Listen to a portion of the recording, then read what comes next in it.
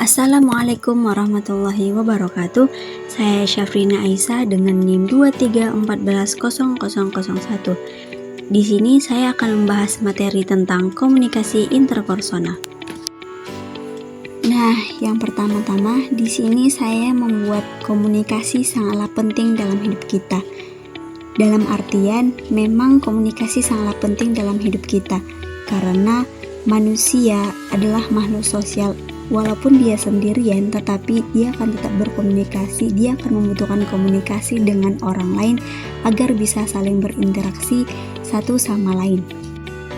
Selanjutnya, di sini saya membuat kata-kata yaitu tapi Anda tak bisa mengharapkan semuanya sama. Ya, karena setiap manusia pasti berbeda-beda karakteristiknya, modelnya, semua, bahkan cara bicaranya juga berbeda.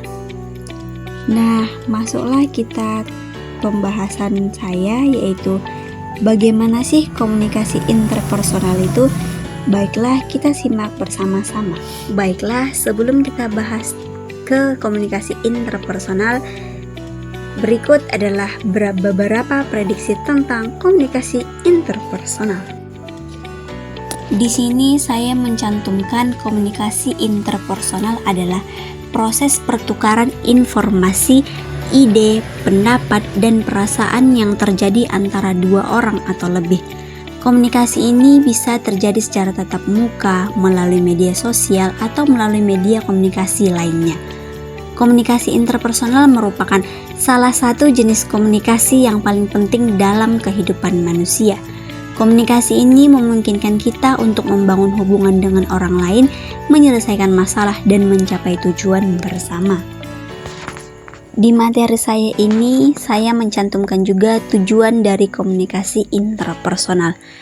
Tujuan komunikasi interpersonal dapat berbeda-beda tergantung pada situasi dan konteksnya.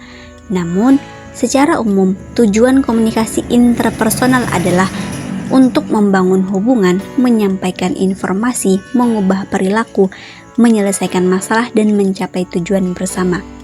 Di sini terdapat beberapa tujuan dalam catatan kecil, yaitu membangun hubungan, menyampaikan informasi, mengubah perilaku, menyelesaikan masalah, dan mencapai tujuan bersama.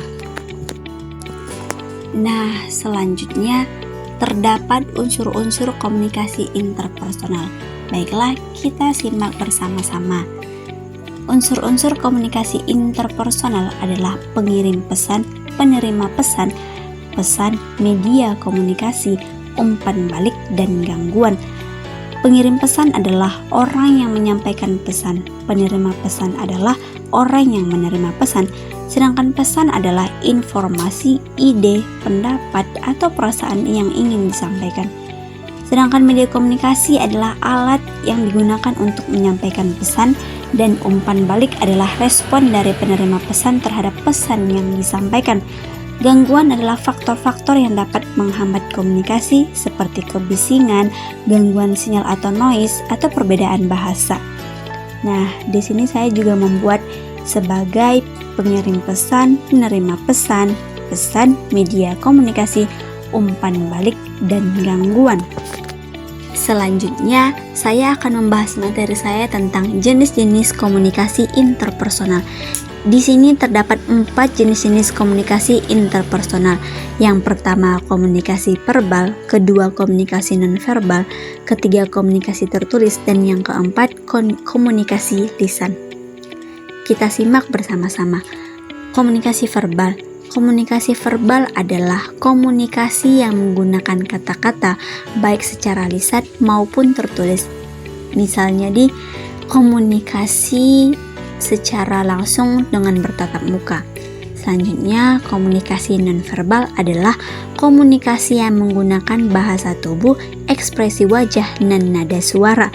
Misalnya dengan mengatakan iya tanpa berbicara.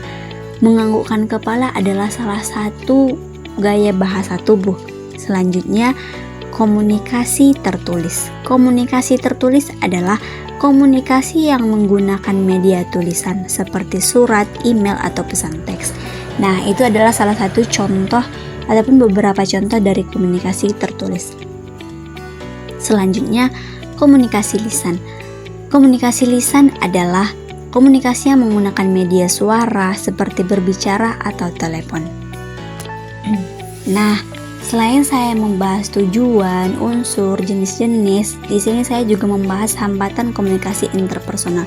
Di sini terdapat gangguan, perbedaan budaya, perbedaan bahasa, kurangnya empati, kurangnya perhatian, dan prasangka dan stereotip. Kita bahas hambatan-hambatan komunikasi interpersonal dapat menghambat kelancaran komunikasi dan menyebabkan kesalahpahaman. Gangguan seperti kebisingan dapat membuat pesan sulit didengar.